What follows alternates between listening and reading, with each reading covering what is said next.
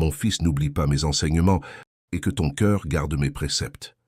Car ils prolongeront les jours et les années de ta vie, et ils augmenteront ta paix. Que la bonté et la fidélité ne t'abandonnent pas. Lis-les à ton cou, écris-les sur la table de ton cœur. Tu acquerras ainsi de la grâce et une raison saine, aux yeux de Dieu et des hommes.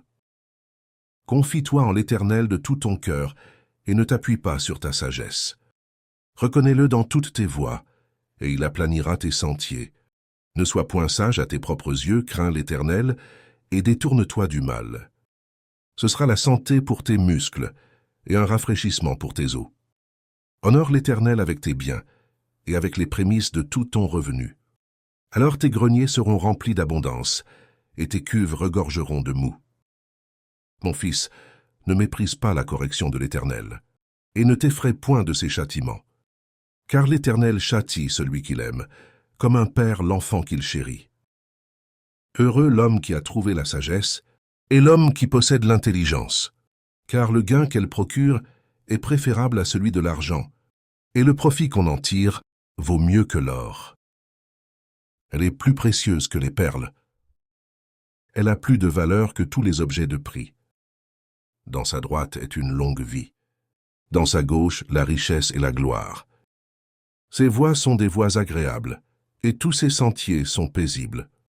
Elle est un arbre de vie pour ceux qui la saisissent, et ceux qui la possèdent sont heureux.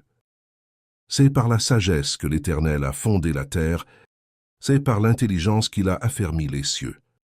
C'est par sa science que les abîmes se sont ouverts, et que les nuages distillent la rosée. Mon fils, que ces enseignements ne s'éloignent pas de tes yeux. Garde la sagesse et la réflexion. Elles seront la vie de ton âme et l'ornement de ton cou. Alors tu marcheras avec assurance dans ton chemin, et ton pied ne heurtera pas. Si tu te couches, tu seras sans crainte. Et quand tu seras couché, ton sommeil sera doux. Ne redoute ni une terreur soudaine, ni une attaque de la part des méchants. Car l'Éternel sera ton assurance, et il préservera ton pied de toute embûche.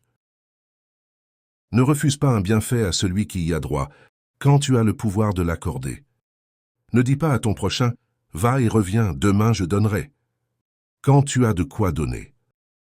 Ne médite pas le mal contre ton prochain, lorsqu'il demeure tranquillement près de toi. Ne conteste pas sans motif avec quelqu'un, lorsqu'il ne t'a point fait de mal.